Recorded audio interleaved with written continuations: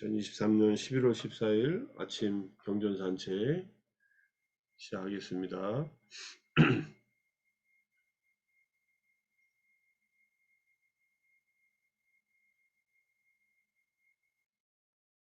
법구경 172번째 개송 13장 세상품의 6번째 개송 삼마자나 테라 또는 삼문자니 테라. 삼문자니가 빗자루라는 뜻이랍니다. 빗자루 장로 이야기. 이전에 방일하였지만 나중에 방일하지 않는 사람, 그는 이 세상을 밝게 비춘다. 마치 구름에서 벗어난 달처럼. 많이 듣던 개성입니다. 이 개성도. 어떤 사람이 이전에 이런저런 의무나 경전암송에 방일하였지만 나중에 그는 도와 과의 행복으로 시간을 보내며 방일하지 않고 그는 구름에서 벗어난 달이 허공계를 비추는 것처럼 도의 지혜로 이 무더기 등의 세상을 밝게 비춘다. 한 줄기 빛을 만든다. 이렇게 나왔는데 무더기 등의 세상, 무더기 할 때 온, 처, 계 이 세 가지를 생각하시면 돼요. 오온과 12처와 18계. 중생들이 경험하는 모든 세계입니다. 우리의 내적인 세계, 외적인 세계, 내 몸과 마음에서 일어나는 세계, 그다음에 다른 이의 몸과 마음에서 일어나는 세계 또는 물질적인 세계 전체를 내용은 좀 재밌는 내용이에요. 보니까 삼문야니 테라 빨리 고유명사 사전에서 찾아봤더니 되지 않아서 그는 항상 청소를 하고 있었기 때문에 그렇게 불렸다 이렇게 얘기합니다. 스위핑 빗자루질이죠. 삼문야니가 빗자루라는 말이니까 절에서 늘 빗자루질을 하고 다녔어요. 절에 가면은 남방이 절에 가면은 그렇게 청소를 많이 하는 스님들이 계십니다. 실제로. 어느 날 그는 자신의 방에 앉아 있는 까디라바니아 레와따 존자를 보고 그를 게으른 사람이라고 생각합니다. 자신의 방이라는 것은 이 레와따 존자는 자기 방에 앉아서 늘 이렇게 삼매에 들어 있어요. 그러니까 그걸 이제 게으르다고 생각하는 겁니다. 방일하다고. 레와따 존자는 그의 생각을 읽고 그를 훈계하고자 목욕한 후에 다시 오라고 얘기합니다. 그래서 삼문야니 스님이 그렇게 했을 때 레와따 존자는 그에게 승려의 의무를 가르칩니다. 스님들이 해야 할 의무. 그래서 삼문야니 스님은 그래서 그 의무에 따라서 아라한이 되고 아라한이 되려고 이제 수행을 하니까 절 청소를 하지 않고 여러 가지 방들도 청소가 안 된 채로 그대로 남아 있었답니다. 비구들이 갑자기 스님이 사원의 대부분을 청소하고 다녔는데 청소를 안 하니까 부처님께 얘기를 했답니다. 삼문야니 스님이 청소를 안 해서 사원이 절이 좀 지저분하다고 했더니 부처님께서는 이제 아라한의 의무를 다 했고 깨달음을 얻었기 때문에 그렇게 청소를 할 필요가 없다. 그리고 그에게 그런 책임이 없다라고 이렇게 말씀하셨답니다. 다른 곳에서 이 얘기를 찾으니까 안 나와요. 딱 이 법구경 여기만 나와서. 그래서 이 법구경 주석서 이 얘기가 지금 우리가 읽는 그 얘기입니다. 이 말은 이리저리 이제 왔다 갔다 하면서 저를 청소하는 그것도 하나의 할 일이지만 진짜 수행자가 해야 할 일은 청소보다 더 중요한 일이 있다. 물론 청소하면서도 수행할 수 있습니다.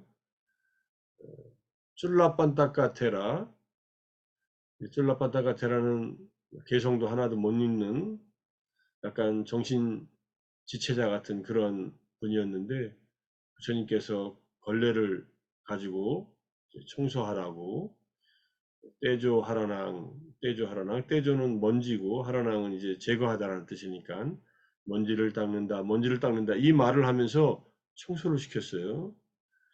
그래서 다른 스님들이 다 탁발 나가고 있을 때 이 스님은 혼자서 저를 청소하고 있었는데 청소하다가 아란이 됐다 이런 얘기 들으신 적 있잖아요. 그러니까 청소하면서 걸레가 해지는 것을 보고 무상한다는 것을 깨닫습니다. 닦여진 마룻바닥이나 이런 데가 깨끗해지는 걸 보고서도 저희가 청소하면서 관찰하는 대상들이 무상하다는 것을 알고 무상을 꿰뚫고 윗바사나 지혜로 꿰뚫으면서 이제 도와 과의 지혜가 그냥 순차적으로 수다원, 사다함, 아나함, 아라한의 깨달음을 동시에 꿰뚫고 아라한이 됩니다. 아라한이 되는 순간에 이제까지 과거에 업에 의해서 가려져 있던 그걸 업장이라고 하죠. 업에 의해서 가려져 있던 장애들이 다 제거되고 신통력까지 나타납니다. 이 신통력은 이 생에 닦은 신통력이 아니라 전생부터 닦아왔던 그 삼매의 힘과 신통력의 힘이 이제 금생에 아라한이 되면서 같이 드러난다. 이렇게 보시면 돼요. 아라한이 되기 전까지 특별하게 신통력을 닦는 수행을 안 했어도 아라한이 되면서 신통력이 동시에 이렇게 열리는, 특히 신족통이나 여러 가지 신통력이 열리는 경우들이 초기 경제는 많이 나옵니다. 안한존자도 그랬고, 그래서 신통력이 생긴 이 줄라판타카 존자가 청소 얘기가 나오니까 그것과 연결해서 지금 말씀드리는 겁니다.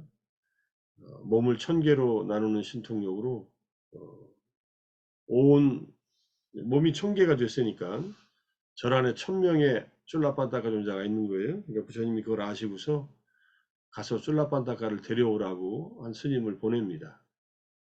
절로 아마 제타와나였던 걸로 기억하는데 가니까는 쫄라판타카 존자가 너무 많아서 누구를 데려가야 될지 몰라가지고 이렇게 당황하다가 이제 쫄라판타카 존자가 신통력을 거두고 이렇게 부처님 앞에 가서 얘기하는 장면들이 나옵니다. 그러니까 근데 이제 이 사문자니 스님은 사문야니라고 있나요? 사무자니 이 스님은 이제 청소만을 주로 하고 다녔지 마음 챙김이 없었던 거예요.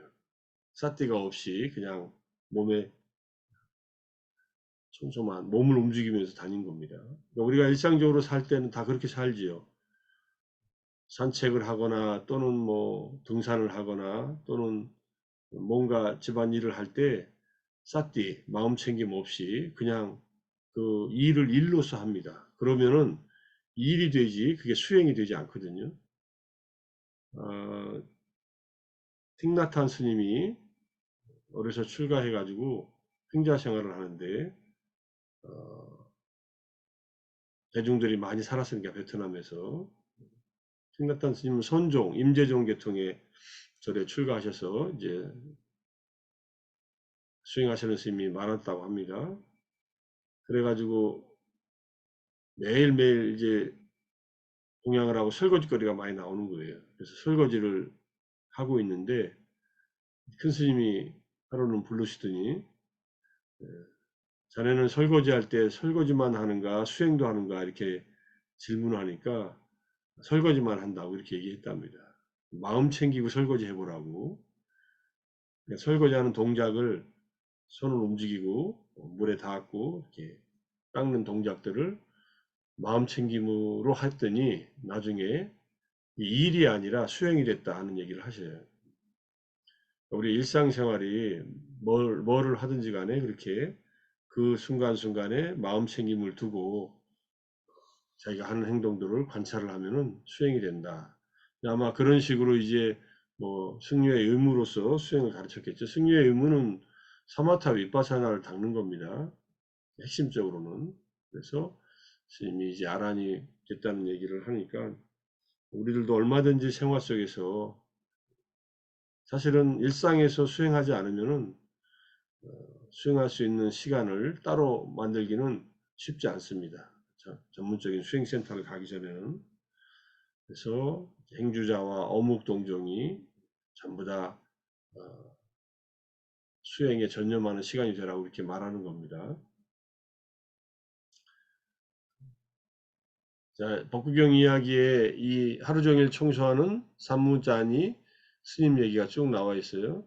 자, 앞에 내용은 비슷하고, 비구는 하루 종일 청소나 하면서 돌아다니는 것이 아닙니다. 아침 일찍 일어나 청소하고 탁발을 갑니다. 탁발을 갔다 와서 밤에 수행하는 곳에서나 낮에 수행하는 곳에 앉아서 몸의 32가지 부분상을 관찰하며 몸이 무상하다는 관념을 확고하게 붙들어야 합니다. 32가지 부분상은 이제 해부학적인 관찰을 하는 것이고, 몸이 무상하다는 관념은 무상상을 닦는 거죠. 몸에서 일어나는 경험들을 관찰하면서 일어나고 사라지는 것을 관찰한다, 이런 뜻입니다. 저녁에 일어나 다시 방을 청소합니다. 이렇게 수행에 매진해야지 하루 종일 청소나 하면서 분주하게 세월을 보낼 거라면 차라리 게으름을 피우는 것이 낫습니다. 조금 의아하죠? 그래서 이 가르침을 깊이 새기고 충실히 따라 얼마 후 아라한과에 도달했다. 이게 이제 부정관을 하든지 또 윗바사나 수행을 해서 삼마타와 윗바사나를 닦아서 아라한과에 도달했다는 말입니다. 이제 스님들이 이제 청소 안 하는 이 스님에 대해서 왜 요즘엔 사원을 치우지 않느냐 하니까, 제가 마음 챙기지 않을 때는 그렇게 하루 종일 청소하며 살았지만 이제는 하루 종일 마음 챙김이 유지되고 있습니다. 마음 챙김을 유지하고 또 청소하셔도 되는데, 아마 주로 방에 앉아갖고 정진을 하느라고 이제 그런 면이 있었던 것 같고요. 예전에 나의 아들은 방일하게 마음 챙기지 않고 산란한 마음으로 하루 종일 청소하며 지냈지만 지금은 도과의 행복, 아라한과의 행복을 즐기며 평화롭게 하루를 보낸다. 그는 더 이상 청소하지 않을 것이다. 이렇게 부처님께서 말씀하셨다는 얘기입니다. 구경이 요 얘기 다음에 이 개송이 나오고, 개송 다음에 이제 제가 설명하는 그 문구에 대한 이제 주석이 나오는 겁니다. 똑같은 이 개송이 경전에 딱 이제 테라가타에도 나오고 이 마츠마니카야의 앙굴리말라 경에 딱 한 군데 나와요. 이 개송들, 앙굴리말라 경의 이 개송들 쭉 이어지는 개송이 나오는데 이건 테라가타에 그대로 나옵니다. 똑같이 앙굴리말라와 관련된 얘기예요. 저도 처음에 개송만 볼 때는 이게 앙굴리말라 존자와 관련된 얘기라고 생각했는데 이제 앙굴리말라 존자 얘기는 따로 나와요. 앙굴리말라 존자가 많은 사람들을 999명을 죽이고 부처님을 만나서 제정신을 차리고 출가해서 이제 아라한이 되지 않습니까? 아라한이 되고 나서 탁발하러 나갔는데 자기가 죽인 그 사람들의 가족들이 앙굴리말라 존자에게 돌을 던지고 폭력을 해서 뭐 온몸에 상처가 나고 피를 흘리면서 부처님에게 돌아옵니다. 그러니까 부처님께서 감내하라 바라문이요. 원래 이때 바라문은 이제 밑에 주도 있지만은 번뇌다 한 아라한을 두고 하신 말씀이다. 이해하시되 본래 바라문족 출신이지만 감내하라 바라문이여 그대가 수년 수백 년 수천 년을 지옥에서 고통받을 그 업의 과보를 그대가 지금 여기에서 겪는 것이다. 그러니까 감내하라 이렇게 얘기를 하신 겁니다. 우리가 이런 과보 인과관계에 대한 정확한 지혜가 없다면은 승단의 스님들이 이렇게 아라한들이 특히 공격을 받은 적들이 있거든요. 근데 이 앙굴리말라 존자는 자기가 잘못한 일에 대한 어떤 보복을 당한 거지만 생각해 보세요. 누가 이렇게 앙굴리말라 존자가 만약 보복당했다라고 승단의 스님들이 전부 다 이 앙굴리말라 존자에 대해 폭행을 가한 앙굴리말라 존자의 유가족, 앙굴리말라 존자가 죽여서 남은 가족들이 이렇게 폭행을 했다는 것에 만약 복수를 했다 치면은 아마 승단이 전쟁통에 휘말렸을 겁니다. 끝없는 다툼에. 요즘에 이스라엘하고 팔레스타인 가자 지구에서 일어나는 일을 보면은 그런 보복 전쟁이에요. 끊임없는 보복 전쟁. 영토 전쟁이기도 하고 하지만은 기본적으로 이 피해자와 가해자가 계속 바뀌어가면서 주로 지금은 이제 이스라엘이 가해자가 되어 있지만은 이번에 하마스가 이스라엘을 공격해가지고 한 3,400명의 이스라엘 군인과 민간인이 죽었다 그러더라고요. 지금 200몇 명이 인질로 잡혀 있고. 그러니까 하마스는 국제적인 관심을 끌려고 자기네들이 가자에서 당한 그 어려움을 알아달라고 호소하는데 그걸 죽임으로써 폭력으로써 하면은 결국은 폭력의 반복밖에 없다. 증오는 증오로서 사라지지 않는다라는 법규경의 세 번째 개성인가요? 그 개성에 따라서 부처님은 그것을 잘 아셨기 때문에 절대로 폭력으로 반응하지 않습니다. 그래서 이제 앙굴리말라에게도 이렇게 가르침을 줬다 이런 뜻입니다. 그리고 이제 앙굴리말라 존자는 한적한 곳에 홀로 앉아 해탈의 행복을 맛보며 스스로가 이 가무원을 읊었다는 거예요. 전에 방일했지만 그 후로는 방일하지 않는 자, 그는 이 세상을 비추나니 구름을 벗어난 달처럼. 똑같은 개성인데 밑에 이제 주석을 보시면은 마치 오요몬이 가신 달이, 오요몬이라는 것은 달의 오요몬은 이제 구름입니다. 세상을 비추듯이 방일함이라는 오요몬을 벗어난 방일하지 않는 비구는 자신의 무더기, 온, 감각장소 12처, 그 다음에 요소 18개라는 이 세상을 비춘다. 오요몬인 어둠을 몰아낸다. 우리가 법구경의 개성의 주석하고는 약간 또 다른 내용이지만 같은 개성을 이렇게 주석하고 있습니다. 여기 지금 이 개성이에요. 팔리어로. 내용이 똑같아요. 그래서 앙굴리말라 존자와 관련돼서도 앙굴리말라 존자가 이전에 방일했다는 것은 잘못된 스승의 가르침으로 사람들을 이렇게 죽이면서 살았다는 그런 얘기입니다. 마음 챙김 없이 자기의 깨달음을 이루기 위해서 그냥 999명이나 되는 사람을 죽이고 다녔으니 그게 방일했다는 뜻입니다. 자, 그 다음에 이제 또 하나 불방일 경이라는 경전 하나만 더 보겠습니다. 상유타 니카야 세 번째 상유타, 호살라 상유타의 17번째 개성. 세존이시여 참으로 금생의 이익과 내생의 이익 둘 다를 성취하고 확고하게 하는 하나의 법이 있습니까? 부처님께서 대왕이여 참으로 금생의 이익과 내생의 이익 둘 다를 성취하게 하고 확고하게 하는 하나의 법이 있습니다. 대왕이여 불방일이라는 하나의 법이 참으로 금생의 이익과 내생의 이익 둘 다를 성취하여 확고하게 합니다. 모든 생명체들의 발자국이 코끼리 발자국 안에 들어가듯이 불방일이라는 하나의 법이 와 같이 금생의 이익과 내생의 이익 둘 다를 성취하여 확고하게 합니다. 이렇게 얘기를 합니다. 불방일 이제 크리티컬 팔리 딕셔너리 찾아보니까 이렇게 나와 있어요. 이 핵심은 푸살레스 담메스 아빠마다예요. 그러니까 선한 법, 선법에 있어서 게으르지 않은 것.